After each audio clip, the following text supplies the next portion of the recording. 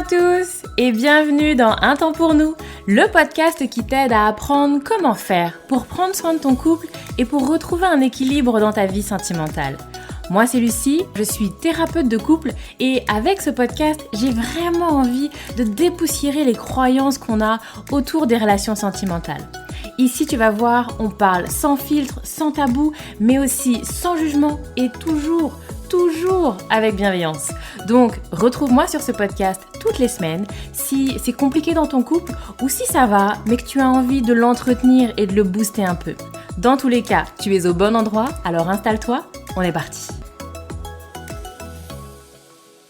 Bonjour à tous, j'espère que vous allez bien. Je suis très contente de vous retrouver aujourd'hui pour ce nouvel épisode du podcast. Nous sommes au numéro 13, podcast épisode 13 et aujourd'hui on va parler de rupture. Je parle beaucoup du couple, je parle beaucoup des couples qui hésitent parfois, des couples qui envisagent la séparation, etc. Et là aujourd'hui on va parler de l'après. Ok, il y a eu séparation.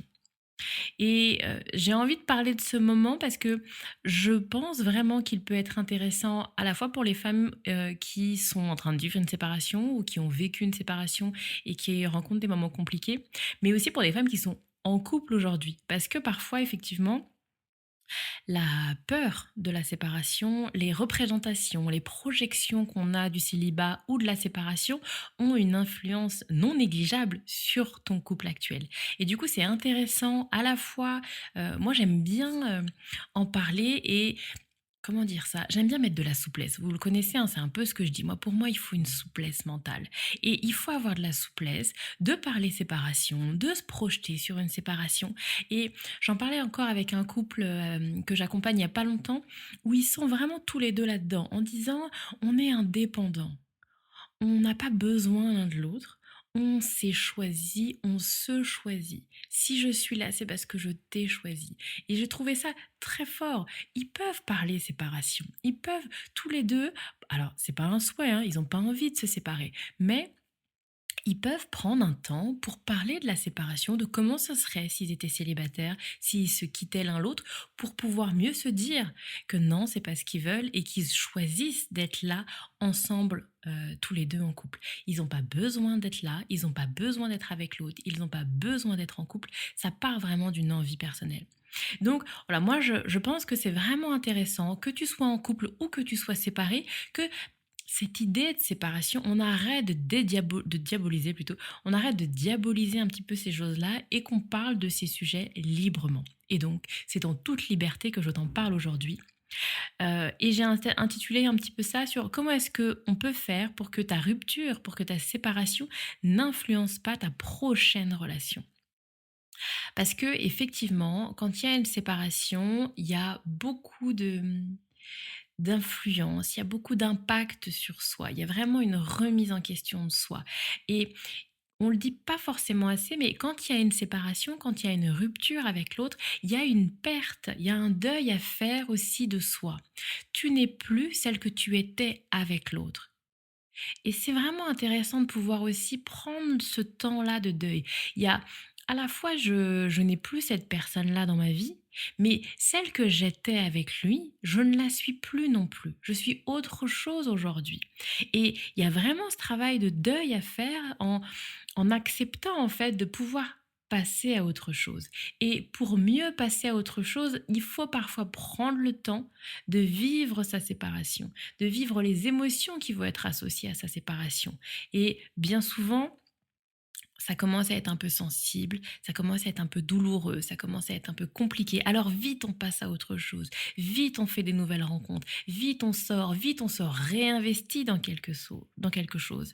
Et parfois, si t'as pas fait ce travail de prendre le temps de vraiment faire un sas entre les relations, alors je dis pas que ça prend 10 ans, il n'y a pas de règle, mais d'avoir vraiment un temps qui prend le temps dont tu as besoin, mais un temps pour pouvoir te centrer sur toi avant d'accueillir quelqu'un d'autre dans ta vie. Moi, je pense que c'est vraiment intéressant. Donc, je le disais, il y a beaucoup de peur. Peur de l'échec, peur d'y croire encore et d'être déçu, peur d'essayer à nouveau, de s'investir à nouveau dans une relation. Et il y a aussi beaucoup, j'ai eu mal, j'ai été blessée, alors je n'ai plus envie de me montrer vulnérable. Et on a du coup des femmes qui arrivent dans une nouvelle relation avec une armure pour être, comment dire ça? Intouchables. Donc elles ont une armure et du coup tu entres dans une nouvelle relation sans être vraiment toi. Parce que toi tu n'es pas cette armure en fait. L'armure c'est ce que tu vas mettre autour de toi, ce que tu vas ériger comme moyen de défense et comme moyen de protection. Et donc je t'invite à prendre le temps de la réflexion là-dessus. Si tu entres dans une nouvelle relation avec une armure blindée, si tu entres dans une nouvelle relation alors que tu n'es pas vraiment toi, comment est-ce qu'on peut espérer que ça fonctionne bien et qu'on parte sur des bonnes bases, tu vois? Je t'invite à cette réflexion-là. Donc, mon avis, c'est que au lieu de mettre une armure blindée pour affronter tes prochaines relations, je t'invite à prendre le temps de te centrer sur toi, d'avoir un temps de faire un sas. Ok, je viens de vivre une rupture. Ok, et si je prenais du temps pour moi? La première chose que je t'invite à faire, c'est à te questionner. Donc, moi, j'appelle ça le cadeau. Des fois, ça heurte un petit peu parce que c'est un petit peu trop frais. Si c'est un peu trop frais, ne te paralyse pas avec le mot cadeau. Laisse-toi imprégner. Reviens-y dans quelques semaines ou dans quelques mois. Mais ça peut être intéressant de se le dire comme ça. Quel est le cadeau de cette séparation? Quel est le cadeau de cette rupture?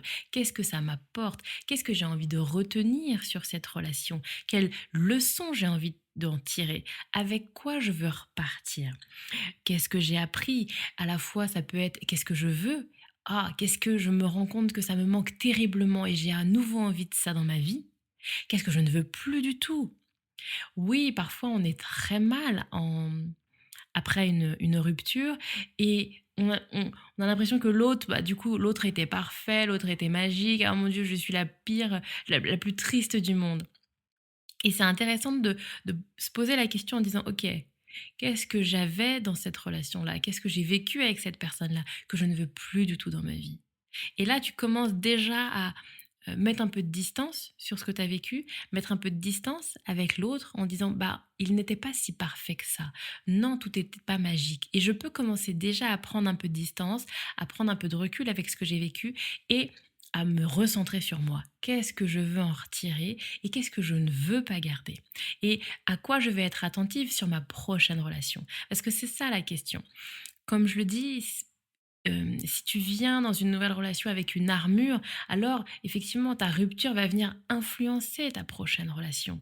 Et là, ça peut être intéressant de te poser la question: comment est-ce que je me distance de ma rupture, je me distance de ma précédente relation pour être mieux moi-même et entrer plus librement dans ma nouvelle relation?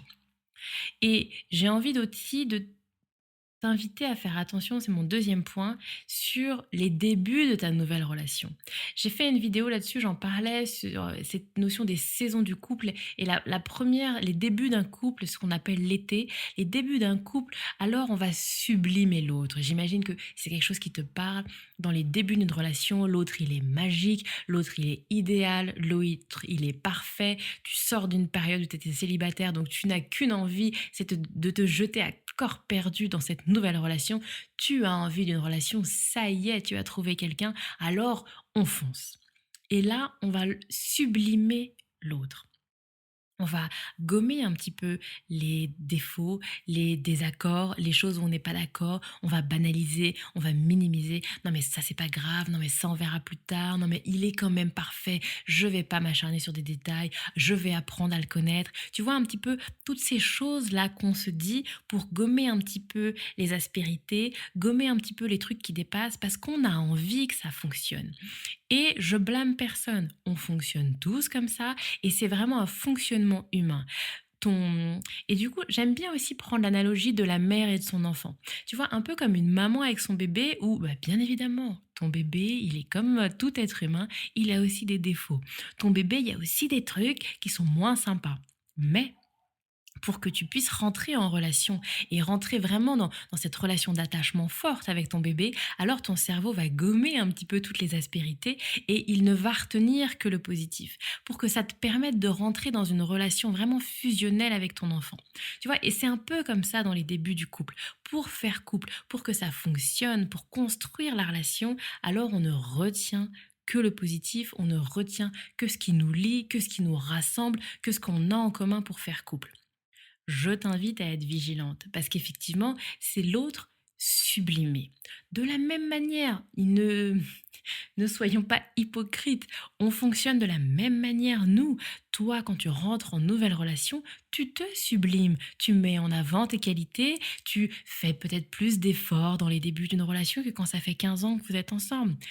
Tu vois ce que je veux dire? Et donc, il y a une version de toi un peu sublimée. Ce que tu transmets à l'autre, c'est toi en amélioré, c'est toi qui fais des efforts de séduction, etc., hein.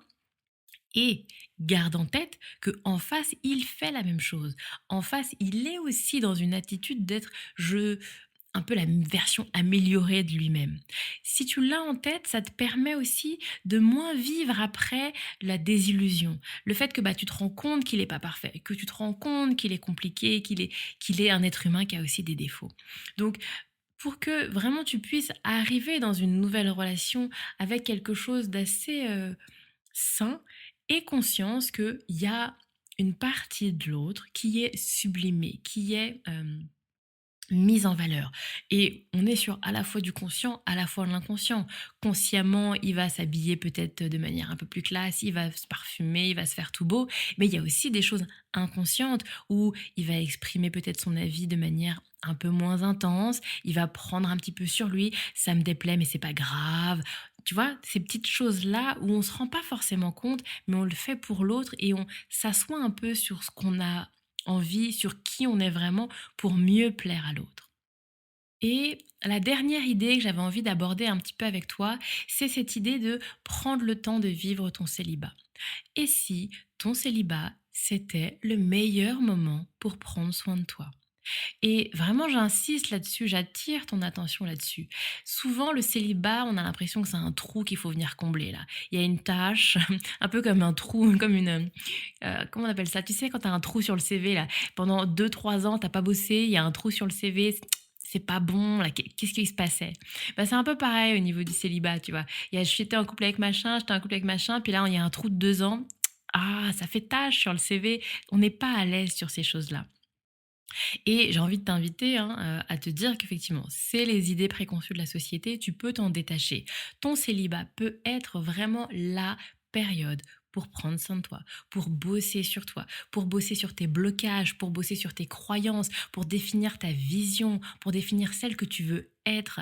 Et bien souvent, les femmes, elles me disent, non mais quand je serai en couple, ce sera plus facile. Quand je serai en couple, je pourrai être tellement moi-même. Quand je serai en couple, je pourrai enfin faire des choses. Non, sois dès maintenant la femme que tu as envie d'être. Et cette femme-là va attirer à elle l'homme qu'elle a envie d'avoir ou la femme qu'elle a envie d'avoir. Mais vraiment cette idée de n'attends pas en fait que l'autre vienne t'apporter quelque chose. Sois toi-même dans la totalité, la plénitude de celle que tu as envie d'être. Et à ce moment-là, tu vas rayonner et va venir à toi des gens qui te ressemblent, des gens qui sont un petit peu sur les mêmes fréquences que toi.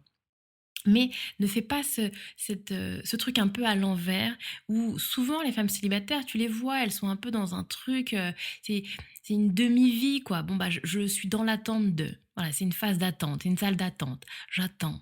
Non, fais-en un événement de ta vie à part entière pour que tu puisses après, avec le recul, te dire ah ouais, mais heureusement que je suis passée par cette case de célibataire parce que à travers mon célibat, alors j'ai pu mettre en place tellement de choses pour moi que ça m'a permis d'avoir une relation plus affirmée, d'avoir une relation plus épanouie et d'être plus moi-même dans cette nouvelle relation. Et ça, je trouve ça tellement riche d'avoir cette possibilité de bosser sur soi. Le célibat n'est pas un calvaire, n'est pas une salle d'attente dans l'attente d'une relation qui va, ça y est, te permettre d'être complètement toi-même. Non, énormément de choses sont possibles pour toi pour bosser sur toi et pour que tu sois, j'allais dire prête, mais Tu sais, pour moi, il y a vraiment cette idée de posture d'accueil, quoi. Il faut que tu puisses accueillir une nouvelle relation dans ta vie. Et pour accueillir au mieux, pas avec une armure blindée, mais pour que tu puisses accueillir au mieux en étant je suis moi-même, j'ai pas besoin d'une armure, je suis moi-même, je suis prête à accepter ce qui vient dans ma vie, mais je suis suffisamment affirmée, je suis suffisamment solide pour que ça ne me dévaste pas si ça devient compliqué ou si ça ne marche pas comme j'avais envie et que je sois pas à ramasser à la petite cuillère. Et du coup, j'ai envie de te parler de ça parce que j'ai créé quelque chose où justement, je vais t'aider à prendre soin de toi pendant la période de célibat. C'est un accompagnement spécifique que j'ai créé qui est un accompagnement en autonomie, tu vois? C'est vraiment, quelque chose que tu peux faire toi-même parce que les femmes, elles me disent: «Non mais moi Lucie, j'ai pas le temps, moi c'est un petit peu compliqué, moi j'ai envie de réfléchir par moi-même, je suis pas encore hyper à l'aise pour faire des séances, des choses comme ça». Je sais bien, j'ai entendu et je comprends, il y a pas de souci. Chacune va être à des différentes étapes de sa réflexion. Donc là, tu vois, c'est vraiment quelque chose de spécifique, en autonomie, où j'ai vraiment mis en place comme ça, à la fois des vidéos, à la fois des exercices, pour que tu puisses vraiment bosser là-dessus. Tu verras, donc je vais te mettre dans les notes de cet épisode de podcast, je vais te mettre un peu le détail et le lien plutôt, le lien où tu trouveras le détail de cet accompagnement. Dans cet accompagnement, je vais t'aider à travailler sur ta vision, je vais t'aider aussi à booster ta confiance en toi et je t'aide à lever un peu qu'est-ce qui te bloque, quels sont ces schémas et ces croyances qui te retiennent et qui te tirent vers le bas. Ces choses que tu répètes, les femmes me le disent de je me rends compte et je me rends compte toujours trop tard en fait que je suis à nouveau tombée sur le même type d'homme, le même type de personnes qui vont à la fois ne pas être ce dont j'ai vraiment envie. Mais il y a quelque chose qui fait que à la fois ça m'attire et je me rends compte mais toujours un peu trop tard que c'est pas vraiment ce que j'ai besoin et du coup, c'est intéressant de pouvoir venir travailler sur qu'est-ce qui bloque là, qu'est-ce que ça vient dire de toi et de ton parcours de vie, de ton histoire. Parfois, ça remonte à des choses de l'enfance ou de l'adolescence. Parfois, ça remonte à une relation. Parfois, tu as une relation qui a vraiment été euh, compliqué pour toi et qui est venu comme ça te marquer et te fragiliser pour la suite et pour toutes tes relations qui suivent derrière.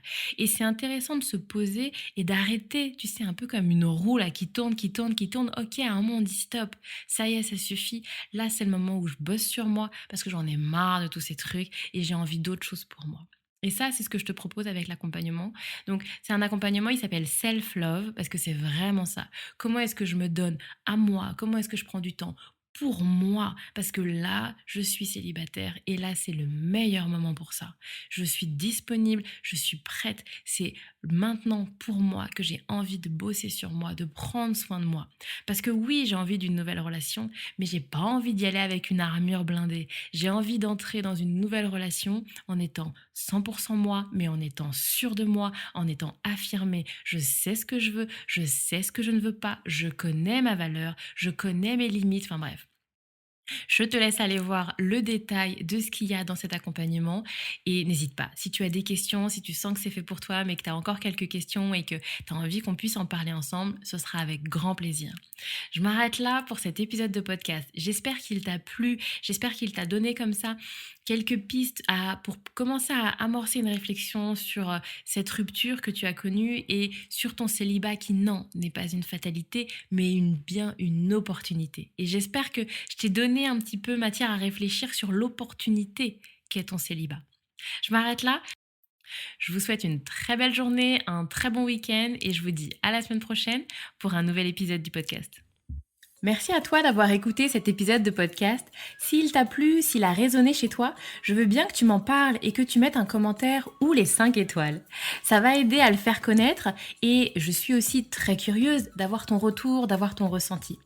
Si tu as envie de parler de ton couple en toute discrétion, alors rejoins-moi sur mon groupe Facebook privé. Tu as juste à taper Un temps pour nous. Et enfin, si tu sens que c'est le moment pour toi ou pour ton couple de passer à l'étape d'après et de se lancer dans un accompagnement, alors tu vas trouver dans les notes du podcast un lien pour me contacter directement. Encore merci pour ton écoute et à la semaine prochaine. Prends soin de toi, prends soin de ton couple.